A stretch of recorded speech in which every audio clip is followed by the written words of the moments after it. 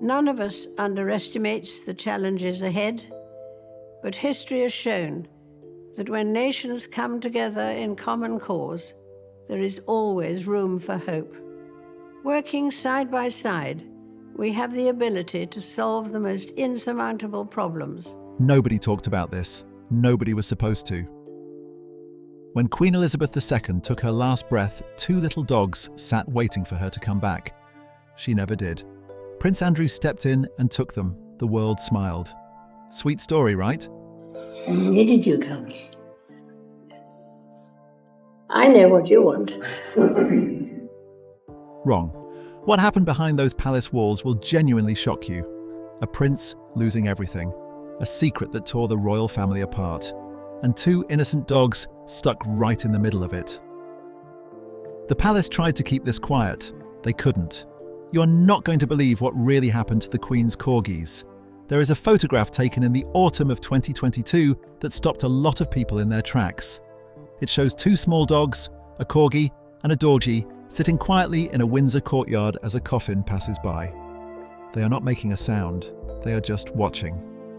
Whether or not dogs truly understand death is a question science has never fully answered, but anyone who looked at that image had a hard time believing those two animals did not know on some level that something had changed forever.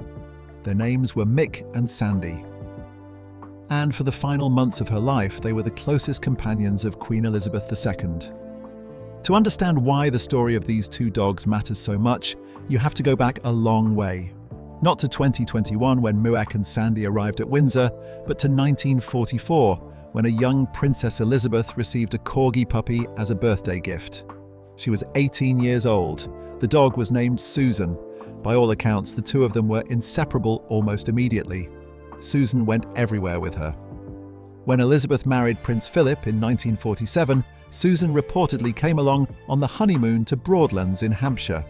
That level of attachment tells you everything you need to know about what Corgis meant to the woman who would go on to become Britain's longest reigning monarch. Susan turned out to be far more than just a beloved pet. She became the starting point of a dynasty of dogs that would stretch across decades. Nearly every Corgi that lived at Buckingham Palace in the years that followed carried Susan's lineage.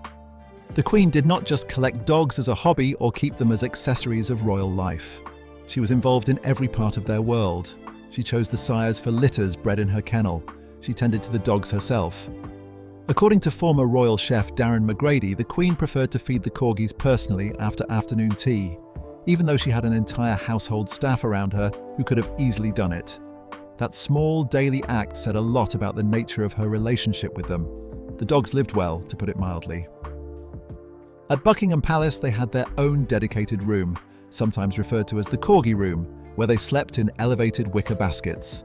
Their meals were prepared with real care, including fresh rabbit and beef, reportedly served by a trained chef. At Christmas, the Queen made stockings for them, filled with toys and treats. These were not animals kept at arm's length. They were, in her own words, family. She told Vanity Fair in 2015, plainly and without any apparent self-consciousness, "My Corgis are family."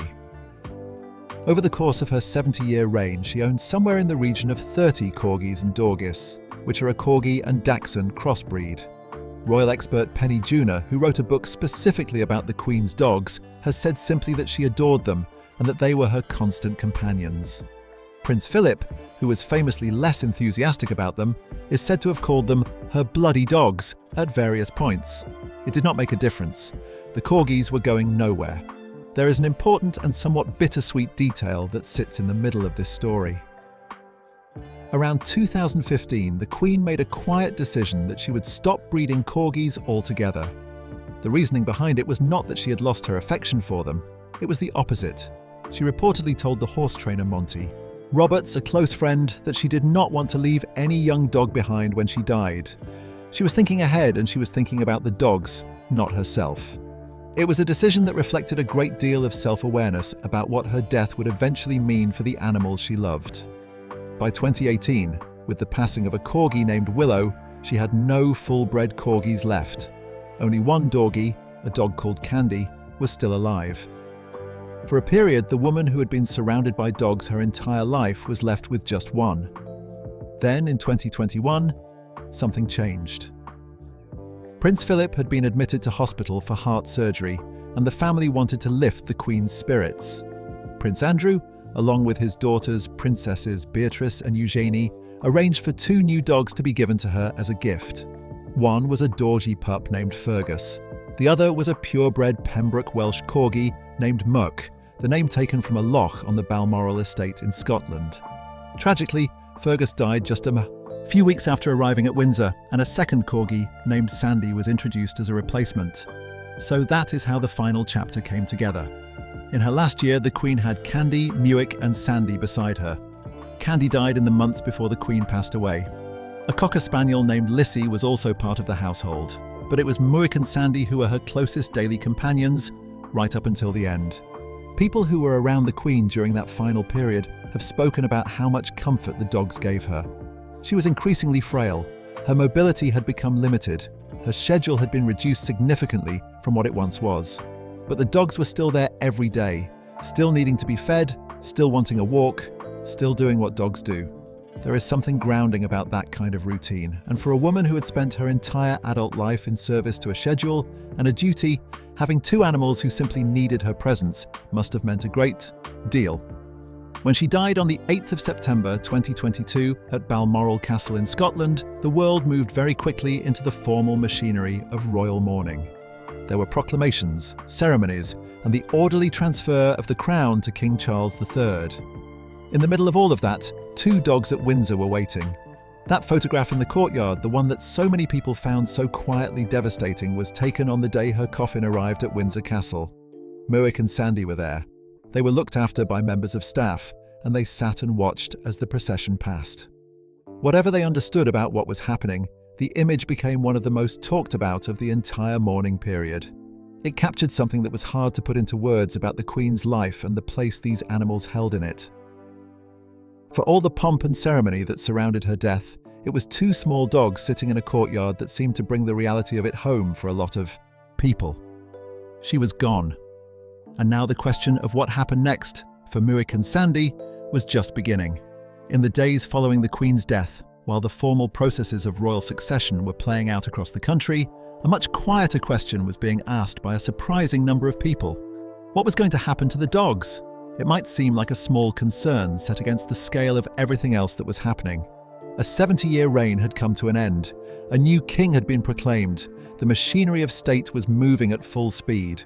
And yet the fate of Muick and Sandy genuinely captured public attention in a way that was hard to ignore. The Corgis had been part of the Queen's public image for so long that people felt a real connection to them, even those who had never been particularly interested in the royal family. They represented something personal about the woman who had just died, and people wanted to know they were going to be all right. The answer came relatively quickly. A source close to the Duke of York told reporters that the Corgis would go to live with Prince Andrew and Sarah Ferguson, the Duchess of York, at their home in Windsor.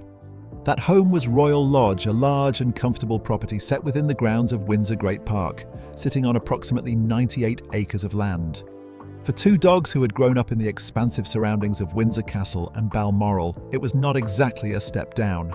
The decision made sense for a number of reasons. Andrew had been the one to give the dogs to his mother in the first place. It was Sarah Ferguson who had sourced the puppies, and she had maintained a close friendship with the Queen long after her divorce from Andrew had been finalised back in 1996. The 2 women had regularly walked their dogs together in the grounds of Frogmore House, which sits close to both Windsor Castle and Royal Lodge.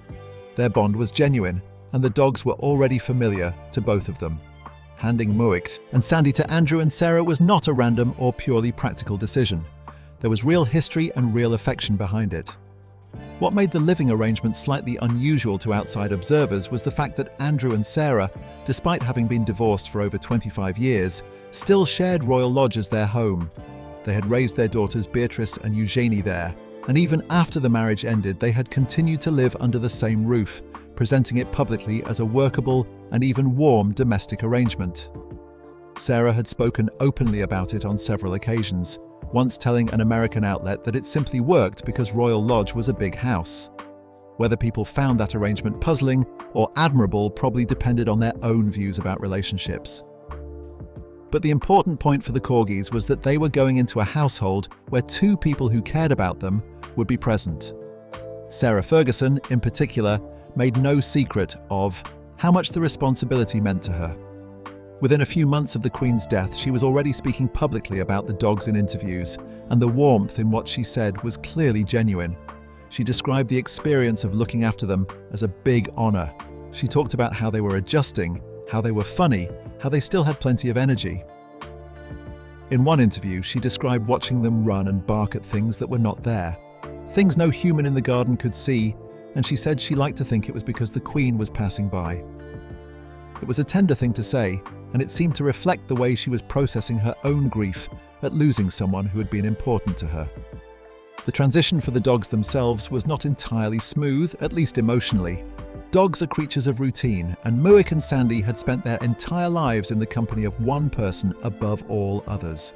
The spaces they had known, the sounds, the rhythms of the day, the presence of the Queen herself, all of that had vanished very suddenly. Sarah Ferguson later spoke about this in more detail during an appearance on a Channel 5 program called Dogs Behaving Very Badly, where she was talking with dog trainer Graham Hall. She described how Muick in particular had spent the better part of a year in a state of grief after the Queen's death. The dog had been unsettled, out of sorts, not quite herself. Anyone who has ever lost a pet and watched another animal in the household react to that absence will understand exactly what she was describing.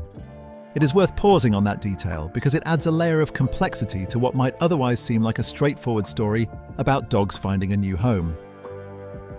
These animals had not simply been passed on to new owners, they were going through something. They had lost their person. The fact that Andrew and Sarah were willing to give them the time and space to work through that, rather than simply expecting them to slot in and behave normally, says something about the level of care that was being provided. By the time the first anniversary of the Queen's death arrived in September 2023, Sarah Ferguson was sharing photographs of Muick and Sandy on her Instagram account, along with messages that made clear how much they had settled into their new life at Royal Lodge. She wrote about the honour of caring for them, about the daily reminder the dogs provided of the time she and the Queen had spent together. The photographs showed the Corgis outdoors, happy and healthy, making full use of the extensive grounds around the property. They looked, by any reasonable measure, like dogs who were doing well. There were other dogs at Royal Lodge too. Andrew and Sarah had a household that included several animals of their own, and by various accounts, the total number of dogs on the property at different points was as many as 7. For Muick and Sandy, who had grown up in a busy royal household and were accustomed to being around people and other animals, that environment was probably a good fit. Royal Lodge itself was a fitting backdrop for the next chapter of their lives. The house has a long royal history, having been used by the family for generations, and the grounds offered the kind of space that dogs, especially active breeds like Corgis, genuinely need. Pembroke Welsh. Corgis are not small lap dogs by nature. They are herding dogs bred originally for working life on Welsh farms. They are intelligent, energetic, and they need to run. Having access to nearly 100 acres was not a luxury for them so much as a necessity. For a period of time following the Queen's death, the arrangement appeared stable and settled. The dogs were loved, the household was functioning, and the world largely moved on to other concerns. Andrew and Sarah gave periodic updates through interviews and social media, and the public response to news about the Corgis was consistently warm. People were glad to hear they were all right. What almost nobody was paying close attention to during this period was the slow accumulation of pressure building around Prince Andrew himself. His association with the American financier Jeffrey Epstein had been a source of significant controversy for years, and the consequences of that association had never fully gone away. He had stepped back from royal duties in 2019 following a disastrous television interview on the subject. He had lost his military titles and royal patronages in 2022. But he had retained Royal Lodge, and he and Sarah had continued to live there, and for a time that felt like a kind of equilibrium. That equilibrium would not hold, and when it broke, the lives of 2 Corgis in Windsor would once again become part of a much larger and far more complicated story. There is a particular cruelty to a slow fall. A sudden disgrace can almost be processed cleanly, the way a sharp pain can be. But when something collapses gradually, piece by piece over the course of years, the effect is different. It lingers, it accumulates, and by the time the final pieces give way, the person at the center of it has already been watching it happen for a long time. That is more or less the shape of what happened to Prince Andrew in the years following the Queen's death. The headline events were spread out, the consequences arrived in stages, but by late 2025, the full weight of everything had come down, and the man who had taken in his mother's corgis as an act of family loyalty found himself stripped of his title, removed from his home, and repositioned firmly on the outside of the institution he had been born into. To understand how the situation with the corgis became uncertain again, you need to follow that longer thread. Andrew's connection to the American financier Jeffrey Epstein had first become a major public issue years before the Queen died. Epstein, who had been convicted of sex offences and was facing further charges when he died in a New York jail in 2019, had maintained an extensive social network that included a wide range of wealthy and powerful figures. Andrew was among them, and the nature and duration of their friendship attracted intense scrutiny. A photograph of Andrew with his arm around a young woman, who later became one of Epstein's accusers, circulated widely and became one of the defining images of the controversy. In November 2019, Andrew gave a television interview to the BBC programme Newsnight in what appeared to be an attempt to address the situation directly and put it to rest. The interview had the opposite effect. His answers were widely criticised as evasive and at times deeply misjudged. Public reaction was severe. Within days, he had announced that he was stepping back from royal duties, describing it as the right thing to do for the royal family. He lost his military affiliations and his royal patronages in the period that followed, and a civil lawsuit filed against him in the United States by Virginia Giuffre, who alleged he had sexually abused her when she was 17, resulted in an out-of-court settlement in 2022. Andrew denied the allegations throughout. The settlement did not end the story. In the years that followed, the pressure on Andrew's position within the royal family continued to build. King Charles III, who had taken the throne in September 2022, was widely understood to be interested in slimming down the monarchy and focusing attention on its working members. Andrew, who had not been a working royal since 2019, was occupying a prominent and expensive property, Royal Lodge, at a time when his public role had essentially ceased to exist. The contrast between the scale of the residence and the reality of his situation became increasingly difficult for the institution to justify. There were reports for some time that the king had been encouraging Andrew to move to a smaller property on the Windsor estate, specifically Frogmore Cottage, which had previously been home to the Duke and Duchess of Sussex before they relocated to the United States. Andrew reportedly declined to move. The standoff between the brothers over the property continued for an extended period, playing out largely through press reports rather than any public statements from either side. Then, in late 2025, the situation shifted decisively. Andrew was stripped of all his remaining titles, styles, and honours. The decision came from within the royal family itself, and it represented the most formal and complete separation yet between Andrew and the institution he had spent his entire life as part of. He was no longer Prince Andrew. He was, in the formal sense, simply Andrew Mountbatten Windsor. Along with the titles went Royal Lodge. He was required to vacate the property. The news landed hard, not just because of what it meant for Andrew personally, but because of the ripple effects it created across the people and animals who had been living at Royals Lodge alongside him. Sarah Ferguson, despite not being a working royal and despite her own complicated history with the institution, had been living there too. Their daughters, Princesses Beatrice and Eugenie, had grown up in that house, and of course 2 corgis who had already been through the loss of the Queen were now facing yet another upheaval. The public response to the news about the corgis was immediate. People who might not have followed every detail of Andrew's political situation within the palace had nonetheless been following the story of Muick and Sandy since 2022, and the idea that the dogs might be displaced again generated genuine concern. Social media is filled with questions about what would happen to them. Journalists asked Buckingham Palace directly. The palace, to its credit, moved fairly quickly to address at least part of the question. The statement that came from Buckingham Palace was brief and carefully constructed. It confirmed that the corgis would remain with the family. That was essentially the entirety of it. There was no further detail about which member of the family would be taking primary responsibility for them, no indication of where they would be living, and no timeline for when the transition would take place. The palace had answered the question that mattered most, which was whether the dogs would be looked after, while leaving everything else deliberately open. That ambiguity was understandable given the circumstances. The broader situation involving Andrew, Sarah, and the various family members connected to Royal Lodge was still being worked out, and the question of the dogs was only one small part of a much larger and more complicated set of arrangements that needed to be made. Beatrice and Eugenie were both living their own lives with their own families by this point. Sarah was making plans to move somewhere separate from Andrew, ending their long and unusual domestic arrangement. Andrew himself was understood to be heading to a property on the Sandringham estate in Norfolk, though nothing had been officially confirmed. For Muick and Sandy, all of this translated into a period of real uncertainty.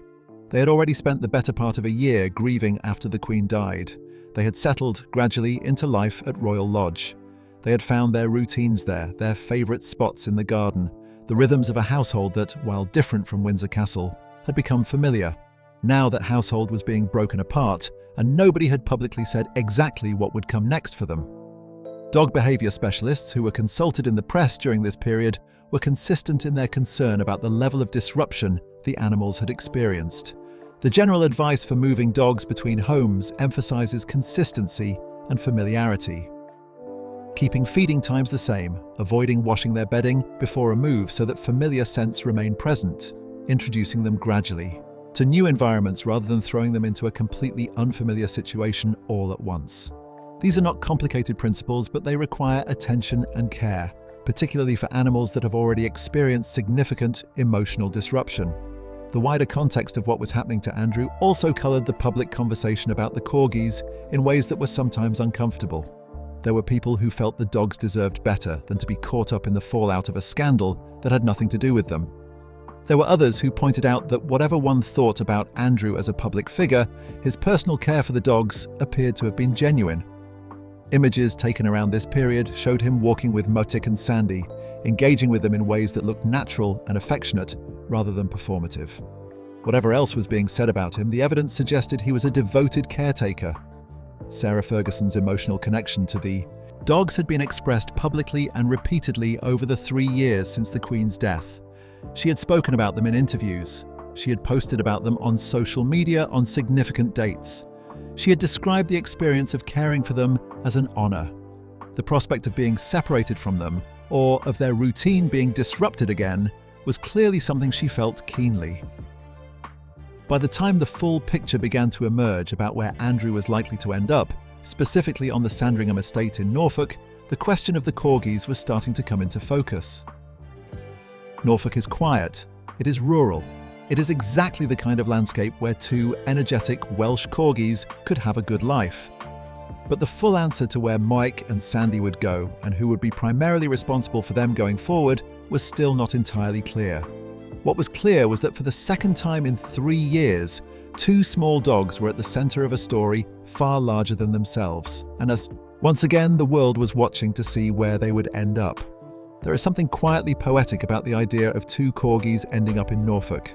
It is not the grandeur of Windsor Castle. It is not the ceremonial weight of Buckingham Palace.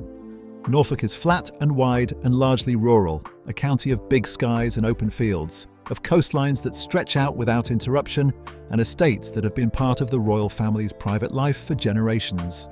It is the kind of place where a dog can run without hitting a fence for a very long time. And after everything that Mick and Sandy had been through, that was perhaps exactly what they needed. The picture that emerged in the weeks and months following Andrew's departure from Royal Lodge was one of gradual resolution rather than dramatic announcement.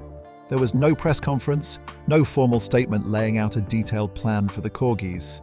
Instead, things became clearer in the way that things often do in royal circles. Through small pieces of information, through photographs, through brief confirmations from palace sources, and through the accumulating weight of what seemed most likely given everything that was known. Andrew moved to a property on the Sandringham estate in Norfolk, which is one of the royal family's private estates, and has been part of the monarchy's personal holdings for well over a century. The main house at Sandringham is where the royal family traditionally spends Christmas, and the wider estate contains a number of other properties of varying sizes that have been used by different family members at different times. Wood Farm on the estate was where Prince Philip chose to spend much of his retirement in his later years, living quietly and largely out of the public eye. Park House, which sits within the Sandringham grounds, is where Princess Diana was born. The estate has a long and layered history, and it provided Andrew with a place to land that, while significantly less prominent than Royal Lodge, was nonetheless deeply connected to the family's private world. Images that emerged during this period showed Andrew at Sandringham with Muick and Sandy present, which provided the clearest available indication that the dogs had made the move to Norfolk with him. The photographs were not staged press releases or formal announcements. They were the kind of incidental images that appear when someone is simply living their life in a place where cameras occasionally catch them. But their significance was not lost on the people who had been following the story. The dogs were there. They were with Andrew. And they appeared to be well. For a significant portion of the public, that was genuinely reassuring news. The concern that had built up around the Corgis during the uncertainty of Andrew's eviction from Royal Lodge had been real, and the confirmation that they had not been separated from the people who had been caring for them for the past 3 years brought a degree of relief. People had invested in this story perhaps more than they might have expected to, and knowing that Muick and Sandy were settled and cared for in a place with plenty of outdoor space closed a chapter that had been left open for too long. The situation with Sarah Ferguson resolved itself in a different direction. Reports confirmed that she would not be following Andrew to Sandringham. The domestic arrangement that the two of them had maintained for nearly 3 decades after their divorce, the shared roof at Royal Lodge that had struck so many observers as unusual but had clearly worked on its own terms, had come to an end. Sarah was making her own arrangements, though the specific details of where she planned to live were not publicly confirmed in any precise way. What became clear was that the day-to-day care of the Corgis was going to rest primarily with Andrew going forward, rather than being the joint responsibility it had been during the years at Royal Lodge. That shift was a meaningful one. It was Sarah who had spoken most openly and most warmly about the dogs in public. She had been the one giving interviews about them, posting photographs of them on significant anniversaries, describing their quirks and their moods and her belief that they were somehow still connected to the Queen. Her voice had been the dominant one in the public narrative around Muick and Sandy since 2022. Andrew had been a quieter presence in that story, involved in their care but less visible in the way that care was communicated to the outside world. Now, as the primary caretaker, he would be carrying that responsibility largely on his own. There is a broader point worth reflecting on here, which is what the entire arc of this story reveals about the nature of the royal family as an institution and as a collection of human beings navigating genuinely difficult circumstances. The Queen's Corgis became, in a way that nobody planned or anticipated, a kind of thread running through some of the most significant events in the royal family's recent history. They were present at the Queen's death.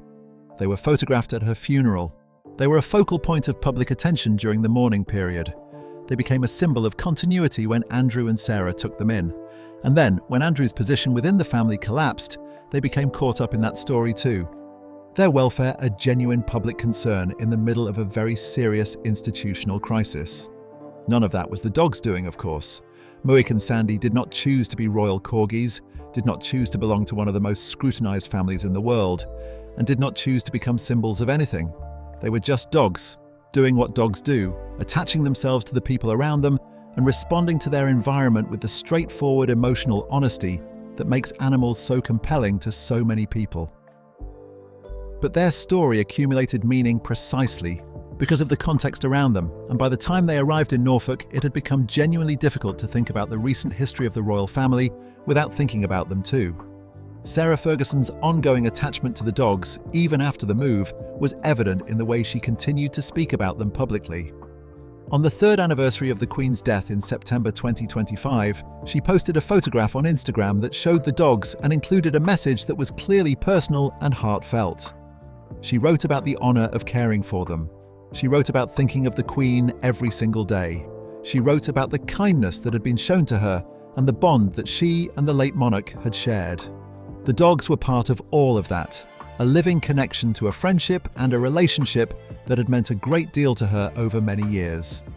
It is worth thinking for a moment about what the Queen herself might have made of the entire journey that Muick and Sandy have taken since her death.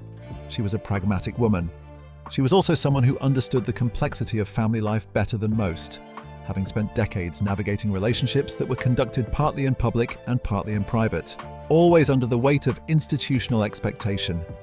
She had given the dogs to herself, in a sense, through Andrew's gift, and she had spent her final months with them beside her. The fact that they went to Andrew and Sarah after her death would not have surprised her, and the evidence available suggests she would have been glad of it. She had told people close to her, years before she died, that she did not want to leave any young dog behind. That decision, made out of care and foresight, had led her to stop breeding Corgis in 2015. And yet in 2021, the dogs came back into her life, gifted by her son in a moment of family warmth. And they were there with her at the end. The fact that they are still alive, still being cared for, still running, across open ground somewhere in Norfolk, is in its own way a continuation of something she began. The story of Moek and Sandy is not, in the end, simply a story about dogs. It is a story about what happens to the things a person loves when they are gone, about how loyalty and care get passed between people, and about the way that animals can hold a kind of emotional weight in a family that is hard to articulate, but very easy to feel. It is also, frankly, a story about how the British public relates to the royal family, because the level of interest and concern that has surrounded these two animals since 2022 says something real about the affection people felt for the Queen and the way they have been processing her absence. Somewhere on the Sandringham estate, in a county of flat fields and long horizons and air that comes off the North Sea, two Corgis are living out their days. They have been through more upheaval than most dogs ever experience. They have lost the person who mattered, most to them. They have moved between homes. They have been the subject of palace statements and newspaper headlines and social media posts by people who have never met them and never will. And through all of it, they have simply been themselves, doing what dogs do, which is to find the warmth wherever it is and to stay close to it. That, perhaps, is the most human thing about them.